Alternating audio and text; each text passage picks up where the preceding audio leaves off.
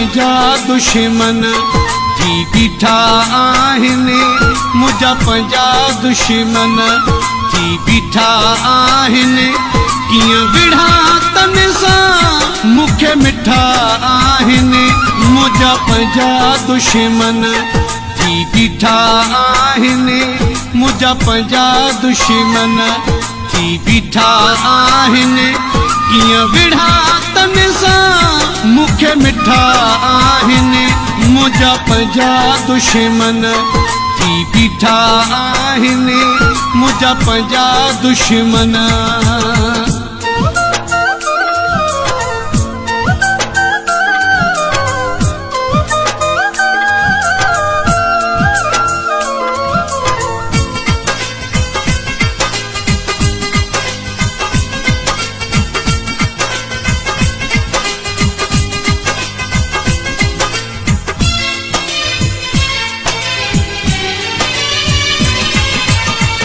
मूंखां अलाए त कहिड़ो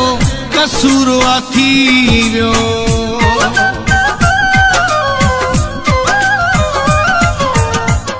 मूंखां अलाए त कहिड़ो कसूर थी वियो मूंसां राज़ी सभु हुया अॼु रुठाया आहिनि मूंसां राज़ी सभु हुया अॼु रुठाया आहिनि कीअं विढ़ा तन सां मूंखे मिठा आहिनि मुंहिंजा पंजा दुश्मन थी बीठा आहिनि मुंहिंजा पंजा दुश्मन।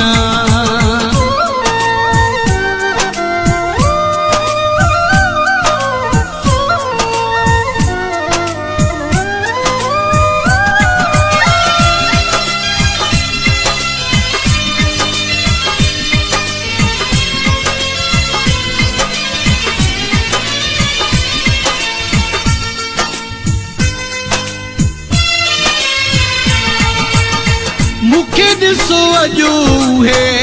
केॾो ॾुखाइनि पिया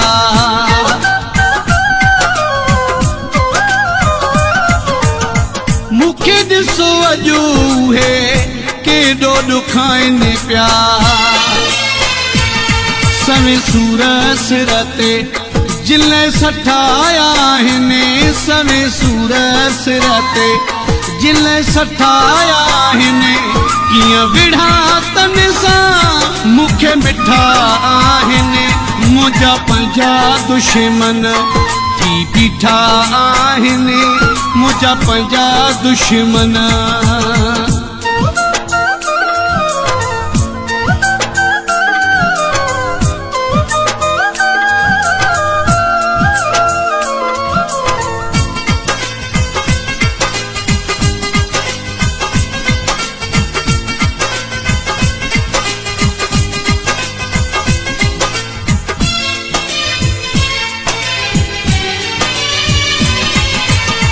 धणी बख्श शहाणी माण्हू दुनिया में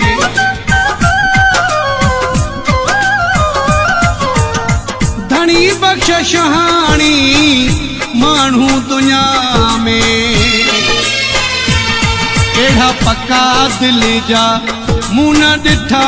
आहिनि अहिड़ा पक्का दिल जा मूं न ॾिठा आहिनि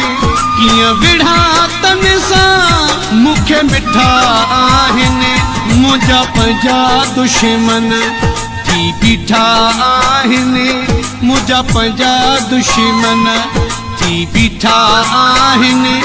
कीअं विढ़ा तन सां मूंखे मिठा आहिनि मुंहिंजा पंजा दुश्मन थी बीठा आहिनि